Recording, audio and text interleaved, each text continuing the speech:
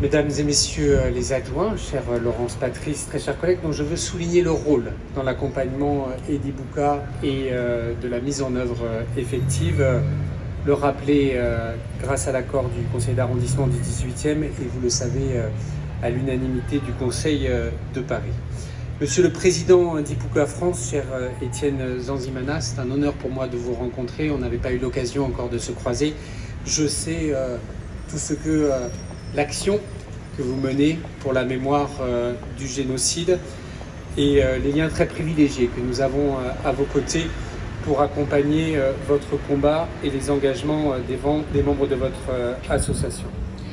Cher Marcel Arerimana, cher Eric Zaibaimana, mesdames et messieurs, cher Emery Gaourani, je voulais vous dire aussi l'émotion qui a été la mienne et je crois la nôtre en vous écoutant par l'évocation et très poétique, très artistique et très émouvante que vous venez de faire. Mesdames et messieurs, chers amis, je suis très heureux d'être avec vous ce soir pour inaugurer, cela a été dit, un lieu unique en France, une place en hommage à un grand résistant de l'histoire de l'humanité, Amina Dabou Birara.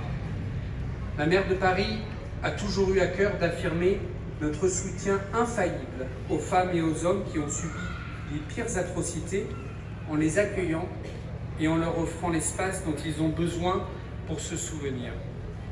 Se souvenir ici de l'assassinat atroce et barbare de plus d'1 million de femmes, hommes et enfants.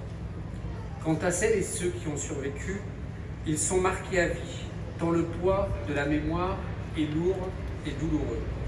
C'est pourquoi Paris est aux côtés des rescapés pour porter avec eux une part de cette mémoire. Dès 2014, la maire de Paris a souhaité qu'un hommage soit rendu aux victimes innocentes avec l'installation d'une stèle commémorative au cimetière du Père-Lachaise dans le 20e.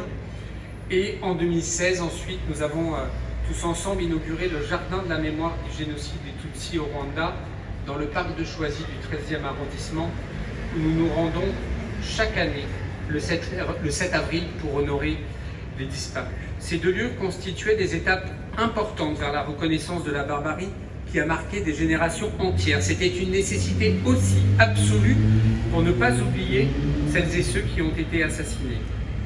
Rendre hommage aujourd'hui au résistant Amina Dabou Birara, c'est rendre hommage au courage de celles et ceux qui ont vaillamment résisté. Et cela a été évoqué, nous n'avons pas choisi cette date par hasard. Ce 13 mai tombe un vendredi. C'était aussi un vendredi en 1994. Ce vendredi 13 mai, il y a exactement 28 ans, c'est à cette date que les réfugiés des collines de la région de Bisesero, dans l'ouest du Rwanda, ont été massacrés. Bisesero, aujourd'hui lieu de mémoire, est aussi un refuge pour les Tutsis. Lors des attaques de 1959, lors des attaques de 1962, de 1973, les éleveurs de cette région avaient fait preuve d'une capacité de résistance incroyable qui leur avait permis en partie d'être épargnés par les violences. Ces collines étaient porteuses d'espoir. En 1994, c'est en ces lieux que les Tutsis des 9 communes de la préfecture de Kibuye, les Abasesero, se regroupent et se cachent à la suite des attaques du 7 avril, pensant y trouver refuge une fois encore. C'était sans compter la barbarie des tueurs qui, face à leur courageuse résistance, lancent une opération massive les 13 et 14 mai, tuant plus de 30 000 personnes en 2 jours. Et les massacres continueront. Nous ne les oublions pas. Née en 1926, Amina Dabou Birara se trouvait parmi ces réfugiés et s'est donné comme mission d'organiser la défense, d'organiser la résistance des collines. Assistée de son fils, Augustin, et de son cousin, Siméon, ils enseignent aux hommes et aux femmes placés, c'était évoqué tout à l'heure par Eric, comment résister et comment, notamment placé en première ligne, faire la stratégie du « allez vous mélanger », essayer de créer de la confusion parmi les assaillants pour pouvoir, à main nue, avec des armes par destination, avec des pierres, pouvoir leur résister aussi durement et aussi longtemps que possible.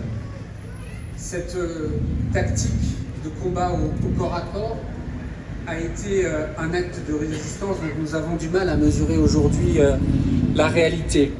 Mais elle a permis de tenir en échec les assaillants pendant plus d'un mois. Mais face à la résistance des abacéséros, des renforts sont appelés, conduisant à l'attaque massive des 13 et 14 mai. Birara sera tué, je le crois, autour du 25 juin 1994, à l'âge de 68 ans, quelques jours à peine après l'arrivée des forces de l'opération turquoise. J'aimerais saluer tout particulièrement son fils, cher Marcel, et son compagnon de résistance, cher Eric. Ils ont témoigné à l'instant, qui nous font l'honneur de leur présence aujourd'hui.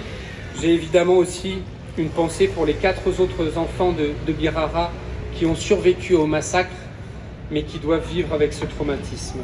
Plus de 50 000 hommes, femmes et enfants ont été arrachés à la vie dans les collines de Bicéséro. Des 800, 1000, 3000 survivants, c'est difficile de le savoir, aucun ne pourra jamais oublier l'horreur, leur courage nous oblige. Nous devons porter plus haut la voix des survivants et des survivantes, honorer la mémoire des personnes assassinées par le simple fait d'être nées Tutsi. Je veux remercier encore une fois Étienne, cher président d'Ibuka France, pour votre travail. Ibuka signifie, pour ceux qui ne le savent pas, souviens-toi, et grâce à vous, le souvenir peut vivre. Grâce à vous, le souvenir du génocide est vivant. Merci de votre engagement inlassable. À Kigali, l'année dernière, lors du 41e congrès de l'Association des maires francophones, la maire de Paris faisait part de l'importance de reconnaître la responsabilité de la France dans l'engrenage qui a conduit au génocide. Ce pas dans la mémoire et dans la vérité est indispensable. Et avec le pas que nous faisons aujourd'hui à vos côtés, la ville de Paris réaffirme son soutien à toutes celles et ceux qui ont été traumatisés par ce génocide infâme.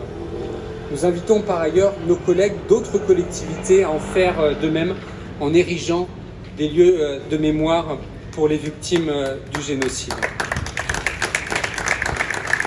Je connais la force de la diplomatie des villes et évidemment la dimension très symbolique que Paris a dans ce combat, et j'espère que nous pourrons inspirer certains de nos collègues. Mesdames et messieurs, cette place en hommage aux résistants Amina Dababou Birara et la séance que nous venons d'avoir montre que c'est un lieu de vie, et je crois que c'est aussi lui rendre hommage que cette place soit un lieu de vie, et pour nous le moyen d'accueillir une partie de l'histoire rwandaise, de dire notre amitié, Madame la conseillère, au peuple rwandais et de réaffirmer notre attachement aux droits de l'homme et à la défense des victimes de tous les génocides qu'a connu l'humanité, et vous dire notre présence pour honorer cette mémoire.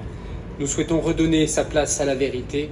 C'est la raison de notre présence ici et c'est notre honneur. Merci à tous.